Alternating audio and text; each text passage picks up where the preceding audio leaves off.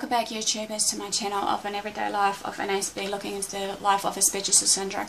As you're fully aware right now guys, as I've been doing the Living Life Drug Free series, and I'm just doing this as an encouragement and enlightenment tool and a resource tool for others that may need the help, or just others in general that basically really needs to be in a way of wanting to get out of their addiction maybe, and they don't know where to begin. So I'm just hoping that, you know, I can be an inspiration tool, because as I said before, I want to create an awareness and understanding on my channel of what I want to address to you all, because obviously this channel is not just always about my everyday life with AspieAnswersAll syndrome, but with other conditions as well that I live with, and also just some other parts of the series or part of this channel will actually cover some encouragement or word of advice of certain everyday topics that we go through, be it, you know, what I've been taught in Youthline that I want to address to you all as a message of hope, and hopefully that this will be an encouragement and enlightenment to you all.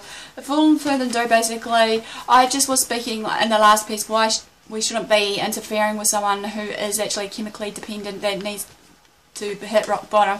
As I said before, there has been recent debates about this, basically, obviously, to the point where, you know, is it really real that we shouldn't be, you know, interfering? We can interfere a little bit, but as I said, it's up to, like anyone, the chemically dependent person to make that first step of change if they want to recover from these, you know, drugs and alcohol use that they've been doing for whatever period of time. It's for them to seek help. We can be there by their side and wait till that time comes when they make that decision. No further ado, this is part 29, basically taking stock is the finger pointing at you. Most users place the blame on others, as we know, while they're using and abusing for all his circumstances of whatever it may be, of what caused them to drink or drug use. His reasons alone for using were all someone else's fault. They don't obviously see that they're the problem and they're the one at fault when they were using, obviously.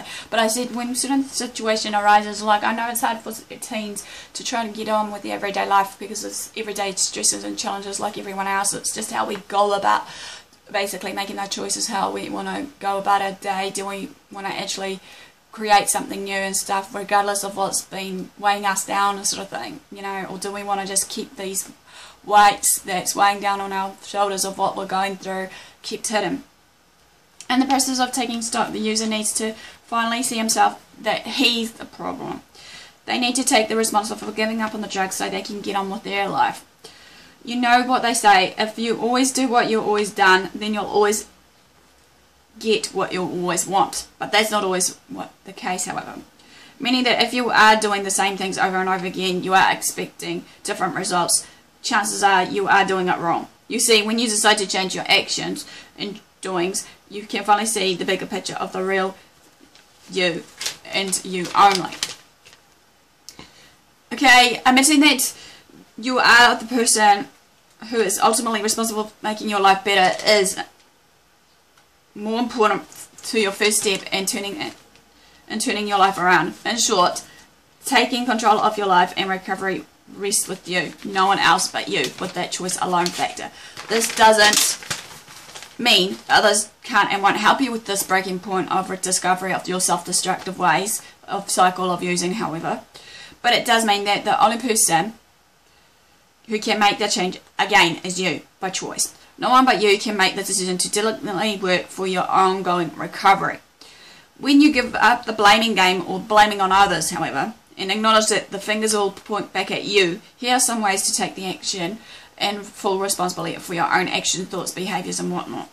Bear in mind of these. This is guidance for you all sort of thing. I'm not here, like I said, here to judge or criticise. I'm just speaking from experience from some people that I know back in the past that uses drugs and alcohol, and they really wanted the help, but then some of them are far beyond the help they need right now. So I just don't want to wish upon anyone right now to be in that stage where some of my friends are right now, of what I've seen to some of the drugs that's affected their lives as well as their choices and the way of their chemical balance of their body and that, which is really heartbreaking to say the least.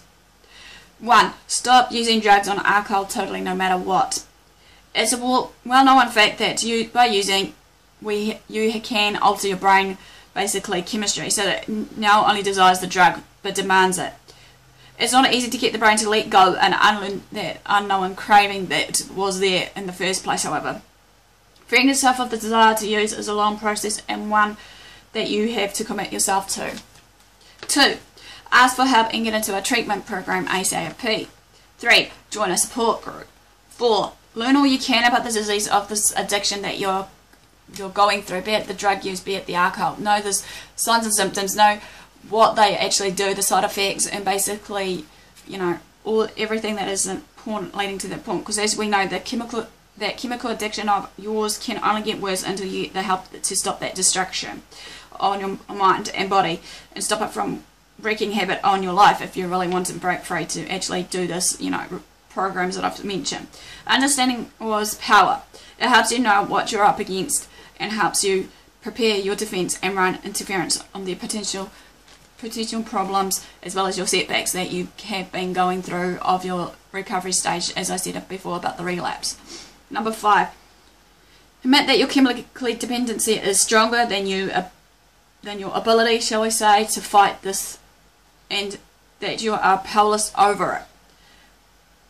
Experts in the field of chemical dependency can confirm, however, that a person who can become chemically independent cannot stay drug and alcohol free through the willpower alone. However, this doesn't mean that a chemically dependent person, however, to remind you guys, is not responsible for his or her own life and recovery, nor is it that he is powerless to make these healthy decisions for their life to live longer. 6. Practice self-discipline. Some of these will be hard, as we know. Taking responsibility doesn't have to end with the decision to stay drug free. It's an ongoing practice in life, an ongoing process in life as well into your recovery. Just as addiction represents a vicious negative cycle, however, self-discipline can represent an inspiring positive cycle leading to self-esteem and positive self-image, which is all important, living life healthily and obviously drug-free.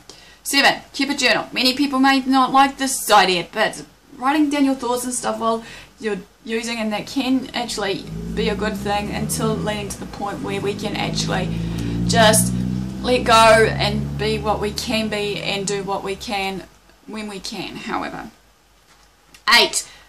Make a new plan today for tomorrow. What I mean here is, while you're using your journal in part number 7, write about what you want out of life. Set some new goals, set some new dreams, visions that you want to see yourself to achieve in the future. You know, try to imagine yourself, see yourself in the future, where you want to be. Do you want to still see yourself using or drinking alcohol to the point that you've, you know, take this new course of action into practice. However, with this, you never know, this might do you good. Get back to doing things that you so love and do. Discover your talents. Discover what makes you tick. Learn to love yourself again. Basically, learn to know who you were before that drug and alcohol monster came seeping into your life. You know, do what you can to get yourself back on track. This is what I'm meaning. 9. Be helpful and optimistic. Cut yourself some slack when you are feeling down and vow to stay in your program of sobriety no matter what. If you mean it, do it, you know. Many people do say that they will stay on that step of recovery, but sometimes it's hard to know when they are for real and when they're not for real.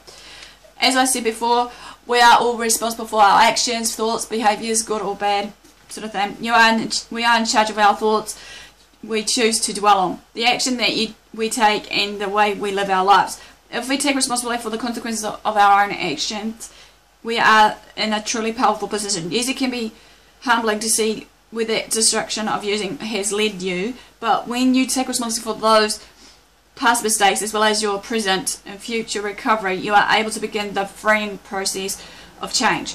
Admitting that you are the one who is responsible for it is the first step, as I said, to recovery, however. Well, basically that ends part 29, basically, of the series, basically, of the Living Life Drug Free series. Give me the like, thumbs up for support, basically.